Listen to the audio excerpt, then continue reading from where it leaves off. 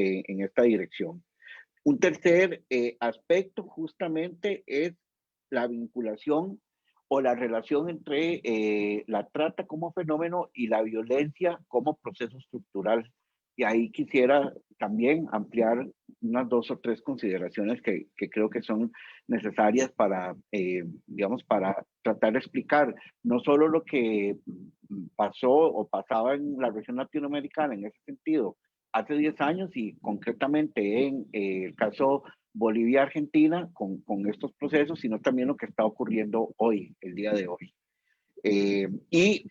Finalizaría con lo que yo denomino, o más bien el enfoque, eh, repasar algunas líneas del enfoque crítico sobre la trata de personas. Esto no es mío, digamos, es una consideración que vienen trabajando ciertos feminismos críticos a la hora de analizar el fenómeno de la trata, no desde una aparente victimología de la persona que experimenta la trata, sino también darle vuelta a esa lectura. Entonces quisiera incorporar con cierto aire ahí, si se quiere, digamos, transgresor o no polémico, sino dejar algunas consideraciones en ese sentido, no al audiovisual, ¿verdad? No al trabajo audiovisual de Catalina, sí al tratamiento de la trata o al abordaje de la trata en general.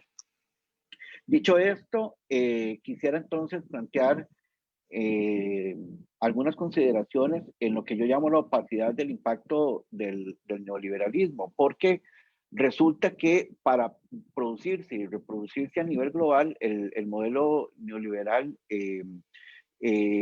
digamos, se basa en la utilización intensiva de formas visibles en la explotación de la relación entre capital y trabajo, pero también de formas invisibles, ¿verdad? Y un elemento que me llamó mucho la atención del trabajo que vimos, que pudimos observar, es que casi todo el audiovisual, casi toda la trama, ¿verdad? Todo lo que ocurre desde que arranca hasta que termina, ocurre, digamos, si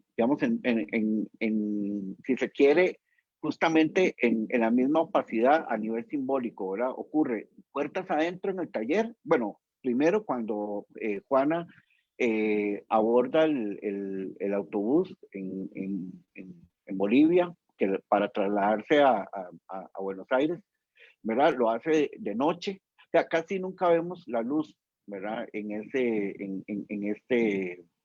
audiovisual. A mí me pareció muy interesante y yo bueno, como toda lectura que uno hace de estos textos y de estos intertextos, pues es una lectura subjetiva, pero me pareció muy interesante que todo ocurre en esa opacidad y es justamente la opacidad del modelo neoliberal. Ahora, antes de arrancar con esta actividad, hablábamos justamente de que son actividades que parecieran ser normales, ¿verdad?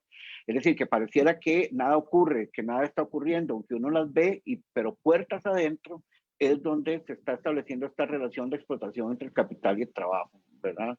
Y me parece que el neoliberalismo utiliza estas formas, las intensifica con todo drama y toda intensidad, y quien experimenta los resultados negativos son justamente las personas trabajadoras a nivel global, sin ninguna duda, ¿verdad? Luego, un segundo elemento que tiene que ver con esto que el neoliberalismo le hace a los cuerpos de las personas trabajadoras, en particular las personas trabajadoras del sur global o las personas trabajadoras del tercer mundo, ¿no? Que es que lo lleva hasta el límite, ¿verdad? Y bueno, vuelvo otra vez a referenciar lo que fue identificado acá en las empresas piñeras, particularmente en la frontera entre Costa Rica y Nicaragua, porque me parece que ese es un elemento interesantísimo, ¿verdad? Si ustedes notaron, en la trama hay una continua referencia en el relato y también en las imágenes a la intensidad en el trabajo, ¿verdad? Y a la poca posibilidad de equivocación. Y esto ocurría en las maquilas en Centroamérica hace unos años, pero también ocurre, digamos, en estos talleres que no tienen que ser talleres muy grandes para que se dé el tema de la explotación, pero ocurre ahí estas actividades que veíamos, ¿verdad? En un par de momentos hubo una llamada de atención porque a lo mejor, como decía Juana, la máquina se me trabó, ¿verdad? O la máquina sufrió un desperfecto, pero justamente en estas actividades y en otras donde hay un uso intensivo del capital trabajo, es decir, de la relación entre el capital y el trabajo, ¿verdad? La posibilidad de equivocarse, de detenerse, de parar es mínima para la persona trabajadora, ¿verdad? Y eso lo observamos casi que en toda América Latina, en todas las actividades, ¿verdad? En las actividades de agroindustria, en las actividades extractivas, y en este tipo de actividades, además que tiene un componente de género muy importante, ¿verdad? Como pudimos notar, la mayor parte de las personas, perdón, que está pasando el tren en estos momentos, uno de los trenes que pasa por mi casa. Eh, eh, las personas trabajadoras en estas actividades son mujeres, la mayor parte de ellas, ¿verdad? Hay un componente de género muy interesante ahí, pero no sé si pudieron observar, que es muy notable al principio del documental, o perdón, del mediometraje, que hay niños en la actividad, ¿verdad? Había un par de niños en la actividad y bueno, justamente la reflexión que hacer sobre, ¿verdad? Sobre estas redes que utilizan el trabajo infantil como una forma más de explotación. Luego, un elemento que me parece interesante y es que este trabajo se hace, bueno, ¿verdad? Se publica en el 2010, o se registra en el 2010, que es justamente un momento previo a una serie de dinámicas de cambio en América Latina o en América del Sur, y particularmente ¿verdad? En ese proceso de la relación, por ejemplo, Bolivia-Argentina, ¿verdad? Pero estaban por venir otros cambios asociados a estas dinámicas de movilidad a nivel regional, ¿verdad? Y una de las más potentes, sin lugar a dudas, fue la que se registró con el cambio, por ejemplo, de Colombia de ser país expulsor durante buena parte de la primera década de este siglo, ¿verdad? Y finales del siglo anterior, como producto del impacto de los procesos sociopolíticos internos en Colombia, pasó de ser país expulsor a ser país receptor de movilidad humana intrarregional, ¿verdad? Estoy refiriendo al flujo muy fuerte que se empezó a dar hace unos 5 años, 4 años, de población venezolana hacia Colombia.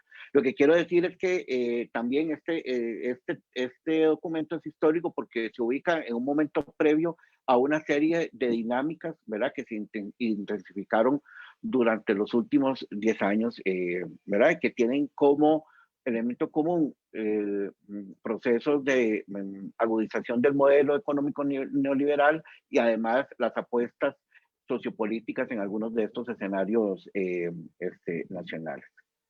Un segundo aspecto, y paso rápidamente a él, es el tema de las corporalidades, del cual les comentaba, ¿no? Y aquí lo que quisiera decir son dos elementos que me parecen importantes, ¿no?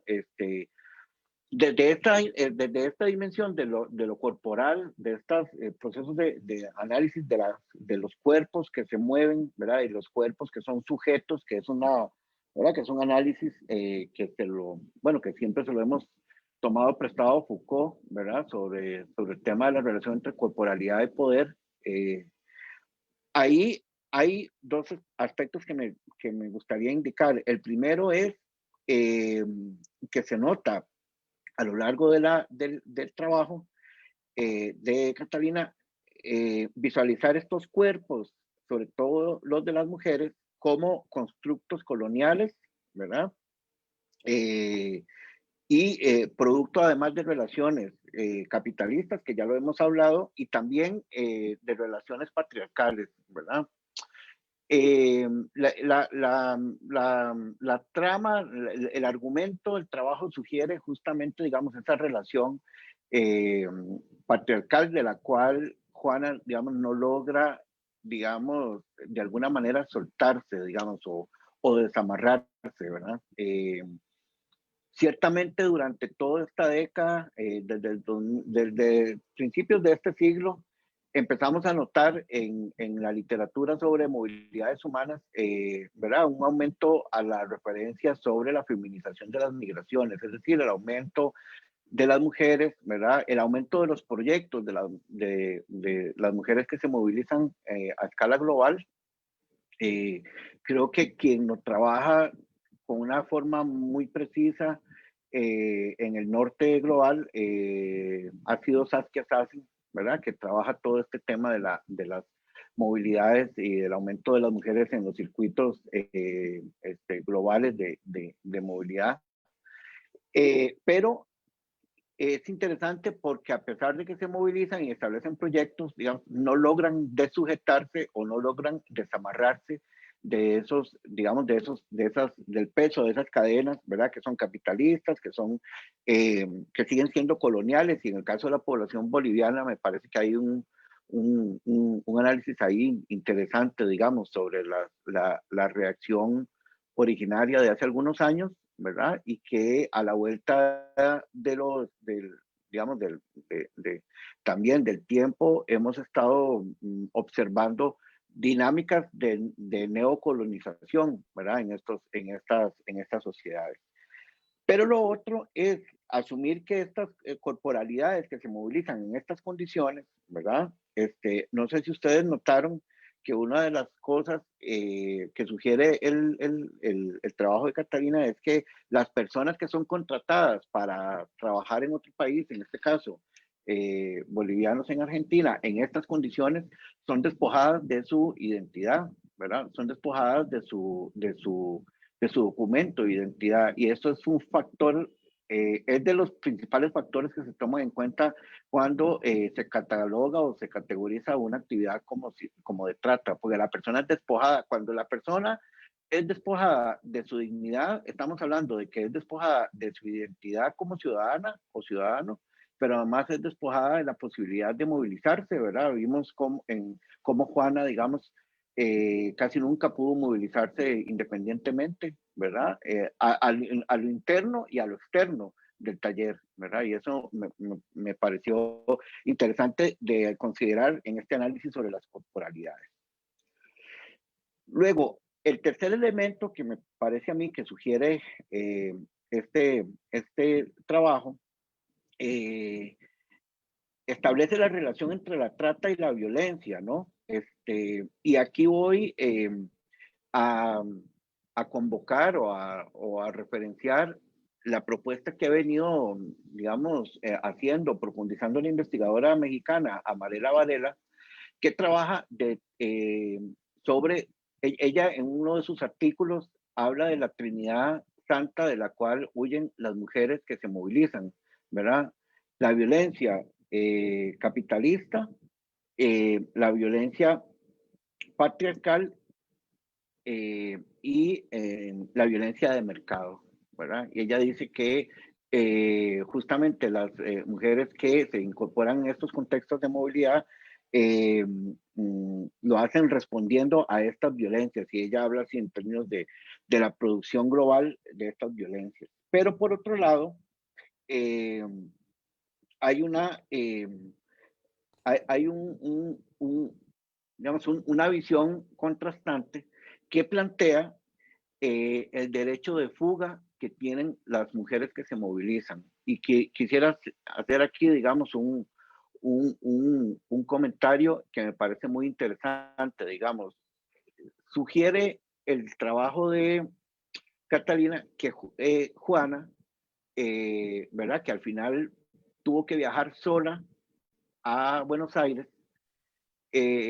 pasa por un proceso de alguna manera, de desarraigo de su relación con su compañero, digamos, con su desarraigo de su relación con su compañero que queda en Bolivia, ¿verdad? Porque establece una relación con Juan en Buenos Aires, o al menos así lo interpreté yo, ¿verdad? Entonces, esto es muy interesante porque refleja la complejidad de los procesos en los que están incorporadas las personas que se movilizan, y en particular las mujeres que se movilizan, ¿no? Que establecen nuevas formas, nuevos contratos afectivos ¿verdad? En ese proceso de movilización o en ese proceso de movilidad humana. Y a mí me pareció, digamos, muy interesante ver este registro o ver esta sugerencia en este documental. Entonces, de alguna manera, el derecho, lo que algunos autores y autoras llaman como el derecho de fuga en la movilidad humana y en particular en la movilidad de mujeres, tiene que ver con estas lógicas de rompimiento de los vínculos que de alguna manera las atan, ¿verdad? En los lugares de origen y que la migración puede tratar de romper. A veces no se logra, ¿verdad? Porque todo esto se hace al interior de una serie ¿verdad? De sistemas. Otra vez vuelvo a nombrar el tema del poder, digamos, de sistemas donde el poder se ejerce de una manera concreta, ¿no? Y con esta visión crítica quisiera terminar mis anotaciones, esperando no haberme, digamos, equivocado en mis apreciaciones. En todo caso, siempre son apreciaciones subjetivas las que uno lanza cuando ve un documental o ve un trabajo audiovisual, perdón, de esta calidad como la que nos presentó Catalina, ¿verdad? La visión crítica lo que trabaja es justamente la deconstrucción del discurso hegemónico que analiza la trata y que victimiza a las personas y en particular a las personas que son de alguna manera objeto de la trata. En este caso, las mujeres, los niños, las niñas, las personas, ¿verdad? Las personas jóvenes, etc. En esta visión crítica de lo que se trata es de endosarle a la persona, en este caso a las personas en movilidad, cierto carácter agente, ¿verdad? O cierto carácter autónomo. Yo no sé si se logra observar eso con toda su profundidad en el texto, ¿verdad? En el trabajo. Es decir, en el rol de Juana, en todo su rol, ¿verdad? Porque finalmente ella, digamos, eh, eh, vamos a ver, cae ¿verdad? En una relación de poder en estos talleres, pero también se visualiza cierto componente, digamos, de agencia y autónomo que bien valdría la pena considerar al analizar su rol al interior de la película. ¿Por qué digo esto? Porque eh, Juana logra de alguna manera, con todos los resultados que esto vemos al final, pero logra romper su relación con la actividad laboral y regresar a Bolivia. Esto es lo que sugiere el audiovisual, ¿verdad? Entonces hay un aspecto ahí de autonomía que me parece muy interesante. Y finalmente, y con esto concluyo, agradeciendo de nuevo la invitación a esta actividad, eh, notar la intersección entre estas formas dominantes o estas formas de ejercicio de poder económico, el poder sobre los cuerpos, el poder patriarcal, pero también el deseo de construcción de autonomía desde las mujeres. Y cierro con esto.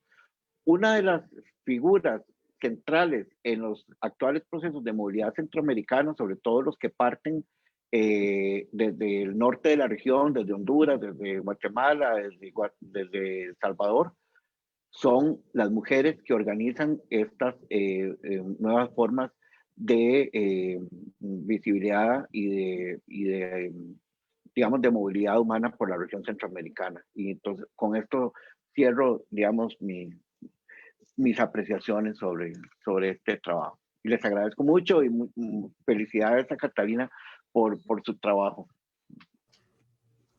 Muchas gracias. Perfecto, profe, muchas gracias por sus apreciaciones y por darnos este enfoque más académico sobre la película. A mí me gustaría saber qué opina Catalina un poco respecto a lo que el profe dijo, porque dijo que tenía apreciaciones subjetivas. Sin embargo, a mí me parece, ¿verdad? Es decir, el enfoque puede ser subjetivo, pero hay un estudio atrás, ¿verdad? Un estudio académico importante, inclusive menciona a Foucault y ¿verdad? A filósofos, etcétera. Entonces, ciertamente, profe, que hay un trasfondo de su apreciación bastante académico y con investigación. Entonces, a mí me gustaría pensar, me gustaría escuchar qué opina Catalina y también un poco que nos mencione cómo fue tu proceso de investigación y inclusive antes de eso, Catalina, me gustaría saber por qué te llamó la atención, por qué dirigiste un documental, un mediometraje sobre la trata y no sobre los gatos o no sobre, ¿verdad? ¿Qué fue lo que te motivó?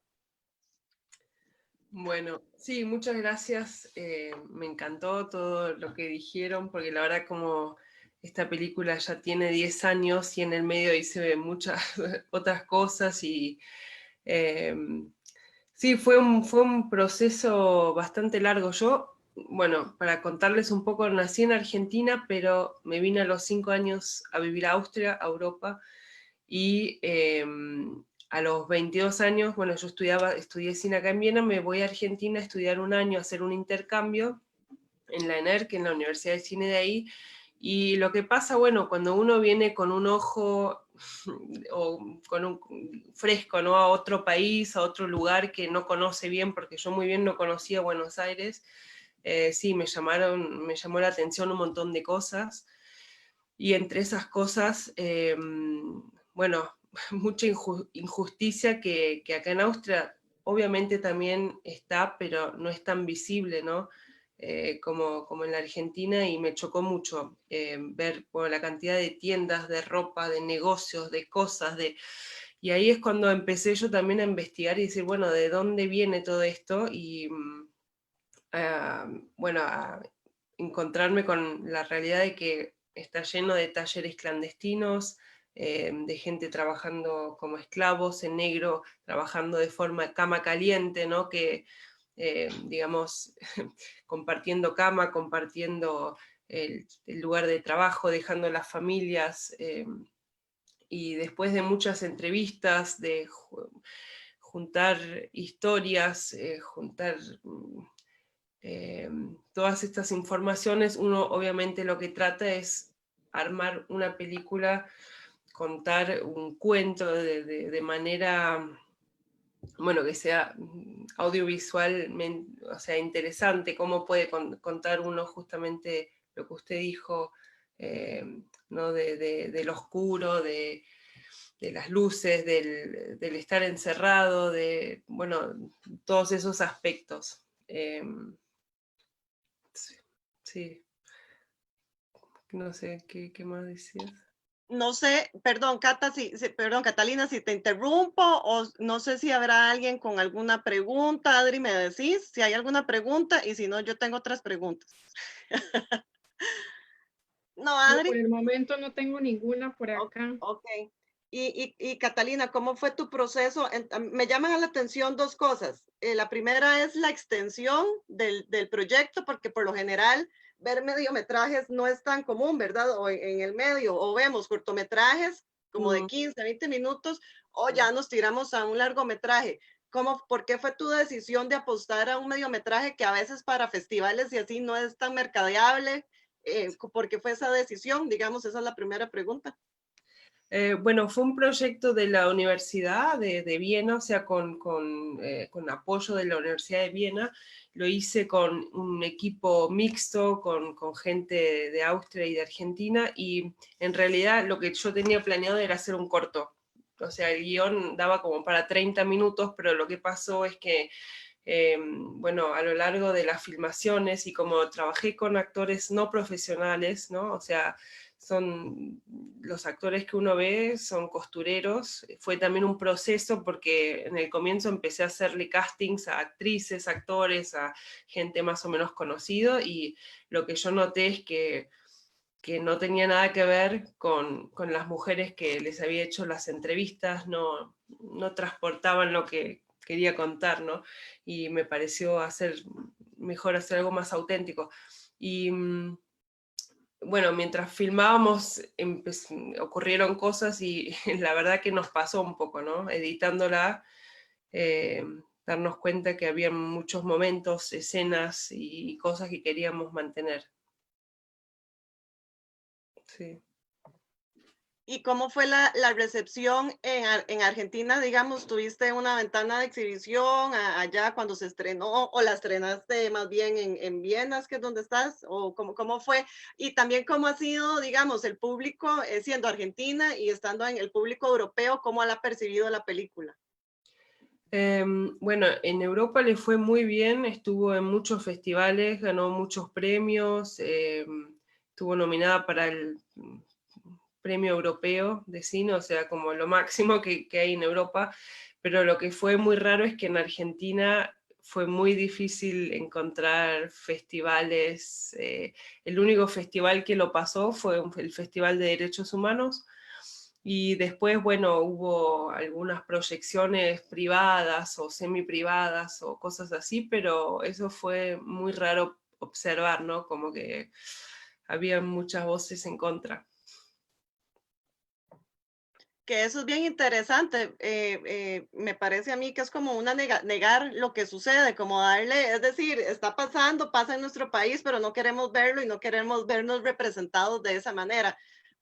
Porque a mí me llama mucho la atención, digamos, nosotros que vivimos en Costa Rica, lo que nosotros consumimos, por lo general argentino, bien, es, digamos, en el caso, si uno le gusta el cine, puede ver como cine alternativo, algunas cosas diferentes que son muy buenas, ¿verdad? El cine, digamos, Argentina tiene un montón de producción, cuando tienen películas buenas, tienen películas muy buenas, eh, pero uno está acostumbrado a ver como otro tipo de verdad, como de temática argentina. E inclusive la piel que uno ve, ¿verdad? Porque aquí lo que uno más ve, comercialmente hablando, ya no hablando de cines, de cine alternativo, son las novelas, ¿verdad? Aquí se ve, consume un montón de novela argentina, y lo que uno ve, o sea, jamás te van a hablar, o yo por lo menos, bueno, ya no consumo, digamos, veía tal vez novelas cuando estaba muy chiquita y era niña y las veía. Ahora ya tampoco tengo tiempo, pero me acuerdo que lo que yo veía, que no creo que haya cambiado mucho, es una realidad totalmente distinta, ¿verdad? Y además donde todos son blanquitos y lindos y guapos, ¿verdad? Y no pasa nada de esto, es decir, nadie conoce a ningún migrante que trabaje en un taller clandestino, nunca se menciona en las novelas en Patito Feo, por ejemplo, ¿verdad? Claro.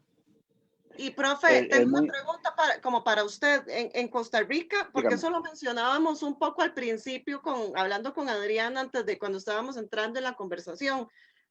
Pero, digamos, nosotros en Costa Rica también somos súper especiales para negar todo lo que pase, y nos creemos un poco también ese cuento que cada vez se desmorona más de que somos la Suiza centroamericana. Y hablábamos de que aquí existían las textileras en los años 80, que eso fue un apogeo y después, bueno, fue perdiendo, pero que mencionaba Adriana que sí, ciertamente no eran talleres clandestinos, ¿verdad? También se supeditaba a las mujeres, que eran la mayoría de las que trabajaban ahí, a horarios extenuantes, a salarios muy malos. Y bueno, cómo eso se ha ido, no sé si ha cambiado la verdad o si se ha traspasado a otros métodos sociales aquí en nuestro país como de trabajo, de explotación. Sí, sí, muy interesante la pregunta, Jimena. Antes de contestártela, nada más recordar que más o menos para el tiempo en que Catalina, digamos, presenta este trabajo, en Argentina también se presenta otro, que tal vez ella conoció por el 2009, creo, inclusive 2010, pero que registraba más bien como la cuestión interna, digamos, la cuestión de la trata, porque la trata se puede dar al interior de un país o hacia el exterior. Es un trabajo que creo que es más largometraje, que se llama La mosca en la ceniza, y que retrata digamos, el proceso de dos jóvenes que son engañadas, ¿verdad? Que son traídas desde el interior de Argentina a la capital, para trabajar ahí sí en una actividad de explotación sexual comercial, ¿verdad? Yo lo había visto hace unos años, cuando estábamos trabajando en el instituto de estos temas de trata, y hicimos un foro, me parece, presentando ese material. Y bueno, es que las dinámicas, y justamente respondiendo a tu pregunta, Jimena, yo creo que es que las dinámicas han cambiado mucho. Inclusive yo me atrevería a decir que no necesariamente podríamos irnos a estas actividades, ¿verdad? Como las maquilas, ¿verdad? Porque esto cambió mucho entre los años 90 y 2000, pero también en el mundo del servicio doméstico, ¿verdad? En el mundo del servicio doméstico pasa mucho esto, ¿verdad?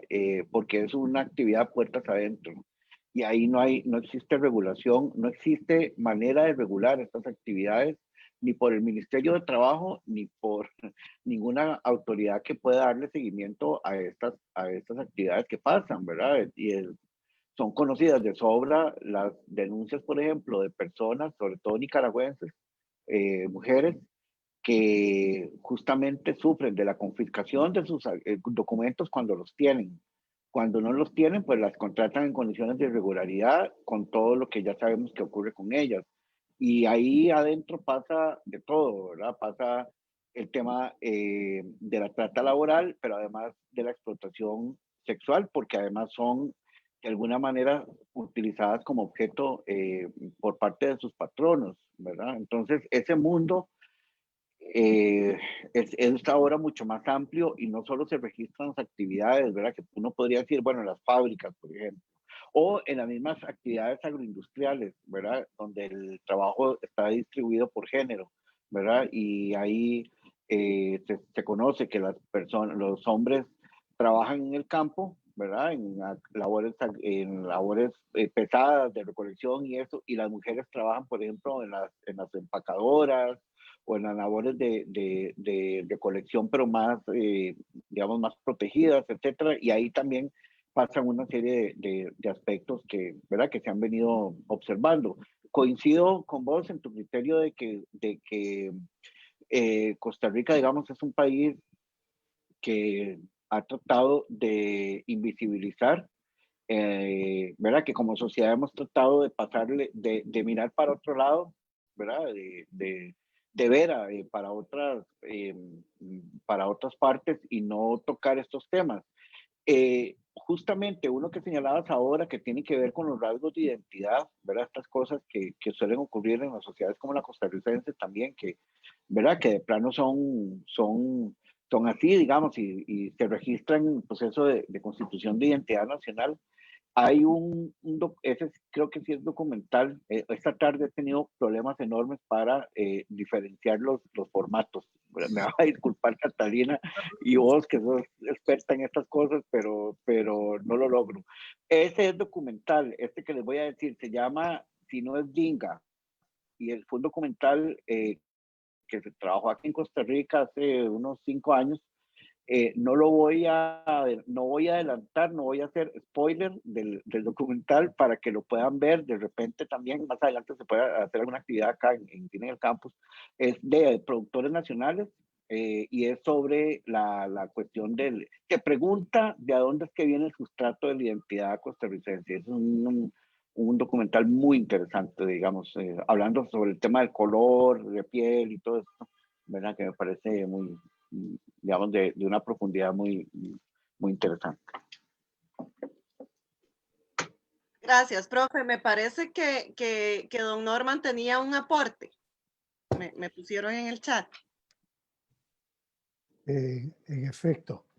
En primer lugar, bueno, reiterarle a Catalina el impacto al enfrentarnos también a esta obra, que yo me puse a verla y tenía la posibilidad de estar devolviéndome y deteniéndome. De hecho, se me hizo más que un mediometraje o un largometraje porque vi varias escenas insistentemente. Bueno, es realmente un documento así de impacto. Y el acierto de los comentarios que hace Guillermo. Entonces, solo quiero, para reforzar esto, señalar un aspecto, y es una escena, ¿verdad? De hecho, es la escena final. Lo repasé varias veces y creo que no me equivoco en que en la escena final, cuando el autobús toma la ruta, ya supuestamente para volver a Bolivia, está una valla publicitaria enorme, ¿verdad? Hermosa de la ropa y es del producto que es la misma marca, ¿verdad? Del taller. Entonces, a cuenta de esta opacidad, ¿verdad? Del pacto o del modelo neoliberal y que además luego se ve reflejado también, como decía Guillermo, en ese uso también de la sombra que está puertas adentro. Bueno, ese modelo neoliberal que provoca un extrañamiento entre el proceso productivo y las condiciones en que este se da con la construcción de los imaginarios y las representaciones sociales.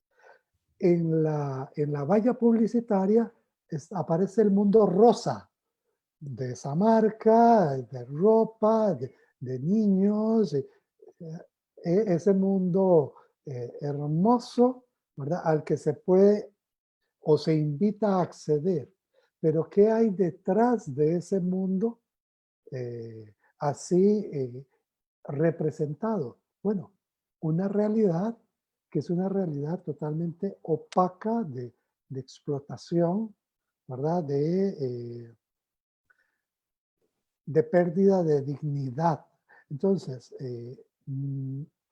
toda la tensión, inclusive la tensión dramática que estaba presentada en la película, para mí quedó también muy claramente contenida y en mi pupila quedó esa imagen final, porque en este modelo, bueno, esa representación de mundo hermoso, que es el mundo que vemos en los escaparates de las tiendas, ¿verdad? También, o lo que a través de los medios se nos presenta, está sostenido en explotación, en dolor humano, ¿verdad? Y eso me pareció sumamente impactante y para ilustrar estos elementos que en los comentarios Guillermo estaba presentando.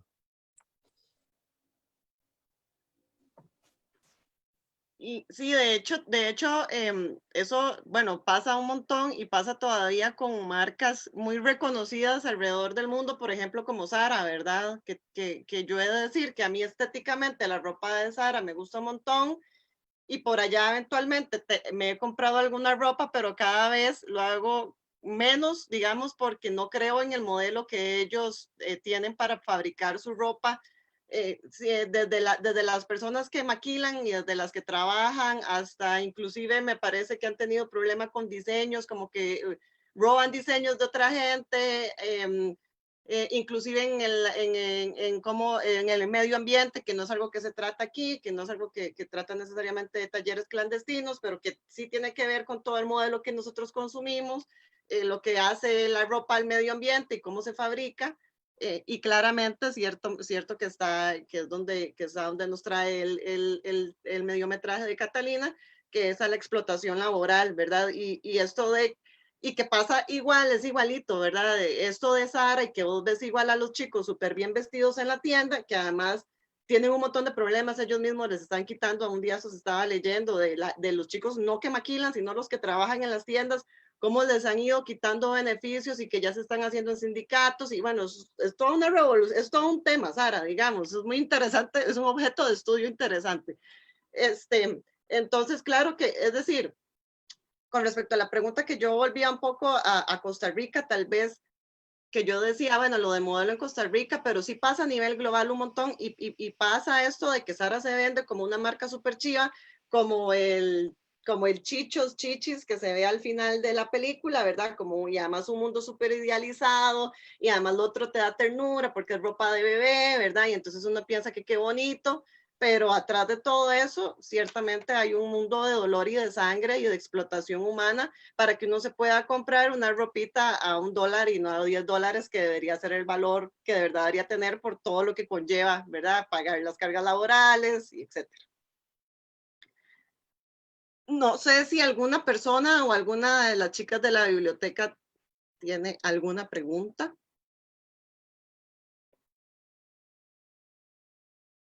No.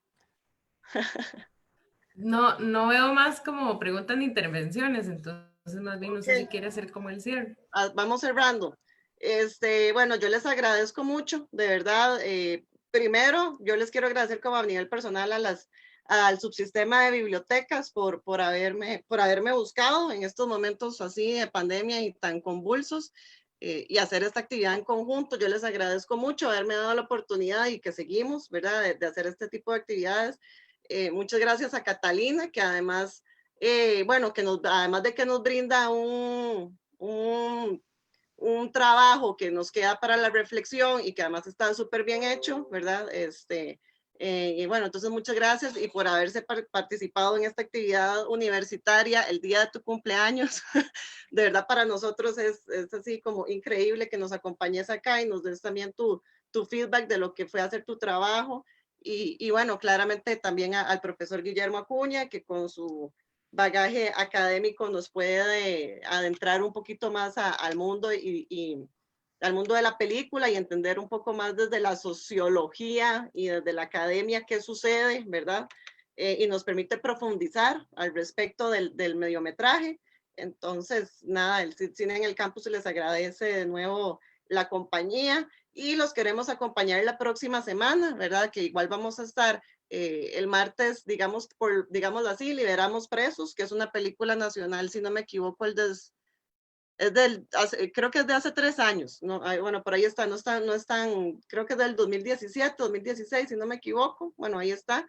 Es del director Esteban Ramírez, es una película nacional, es la tercera película de Esteban Ramírez, y igual es sobre una temática social importante. Digamos, todas estas películas hemos intentado que traten temas de relevancia, de importancia social para nosotros y para poder discutir y hablar.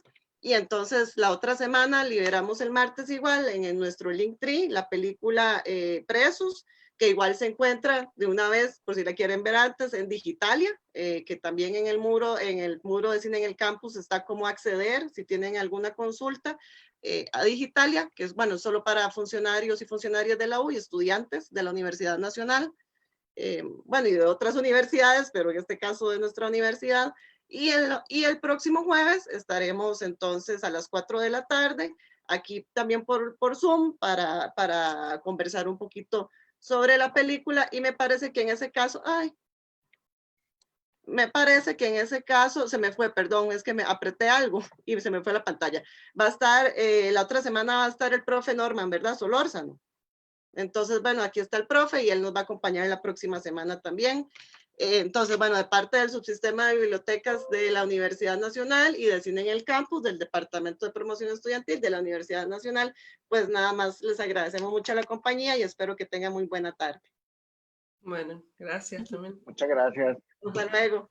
Buenas noches. Muchas gracias, buenas tardes. Y feliz cumpleaños a Catalina. Ay, muchas gracias. Igual. A todos. Gracias. Hasta luego, buenas tardes. Gracias. Chao. Muchas gracias.